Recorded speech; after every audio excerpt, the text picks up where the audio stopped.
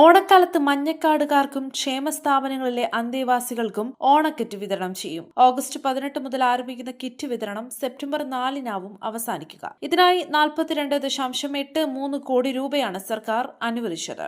തുണിസഞ്ചിയും 14 അവശ്യ സാധനങ്ങളും അടങ്ങിയ ഒരു കിറ്റിന് കയറ്റിറക്ക് കൂലി, ട്രാൻസ്പോർട്ടേഷൻ ചാർജ് അടക്കം ഏകദേശം 710 രൂപയാണ് ചെലവ് കണക്കാക്കുന്നത്. സപ്ലൈകോ ഔട്ട്ലെറ്റുകളിൽ പാക്ക് ചെയ്ത സാധനങ്ങൾ റേഷൻ കടയിൽ എത്തിക്കുകയും വ്യാപാരികൾ വഴി കട ഉടമകൾക്ക് നൽകാനുമാണ് തീരുമാനം. ഓണക്കിറ്റിലുള്ള സാധനങ്ങളും അളവുകളും നോക്കാം. പഞ്ചസാര 1 കിലോ, ഉപ്പ് 1 കിലോഗ്രാം, വെളിച്ചെണ്ണ 500 മില്ലിലിറ്റർ, തുവരപ്പരിപ്പ് 250 ഗ്രാം, ചെറുപയർ പരിപ്പ് 250 ഗ്രാം, വൻപയർ 250 ഗ്രാം, ശബരി തേയില 250 ഗ്രാം, പായസം മിക്സ് 200 ഗ്രാം, മല്ലിപ്പൊടി 100 ഗ്രാം, മഞ്ഞൾപ്പൊടി 100 ഗ്രാം, സാമ്പാർ പൊടി 100 ഗ്രാം, മുളകുപൊടി 100 ഗ്രാം, നെയ്യ് 50 മില്ലി, കശുവണ്ടി 50 ഗ്രാം. പൊതുവിപണിയിലെ വില വർധന പിടിച്ചു നിർത്താൻ ഓണത്തിന് മുന്നോടിയായി റേഷൻ കടകളിലൂടെ കൂടുതൽ അരി വിതരണവും ചെയ്യുമെന്ന് സിവിൽ സപ്ലൈസ് മന്ത്രി GR അനിൽ അറിയിച്ചു. 32 ലക്ഷം വെള്ളക്കാടുകാർക്ക് 15 കിലോ അരി 10.90 രൂപ നിരക്കിലും, നീലക്കാടിന് നിലവിൽ ലഭിക്കുന്ന അരിക്ക് പുറമെ 10 കിലോയും നൽകും. ചുവന്ന കാടിന്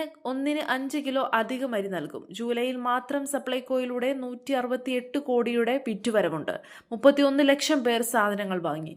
വെളിച്ചെണ്ണയുടെ കാര്യത്തിൽ സർക്കാർ പ്രഖ്യാപനം പാലിച്ചു. മാർക്കറ്റിൽ 529 രൂപയ്ക്ക് കിട്ടുന്ന വെളിച്ചെണ്ണ 349 രൂപയ്ക്ക് നൽകി തുടങ്ങി. ഓണം അടുക്കുമ്പോൾ വെളിച്ചെണ്ണയ്ക്ക് ഇനിയും വില കുറയുമെന്നും അദ്ദേഹം മാധ്യമപ്രവർത്തകരോട് പറഞ്ഞു.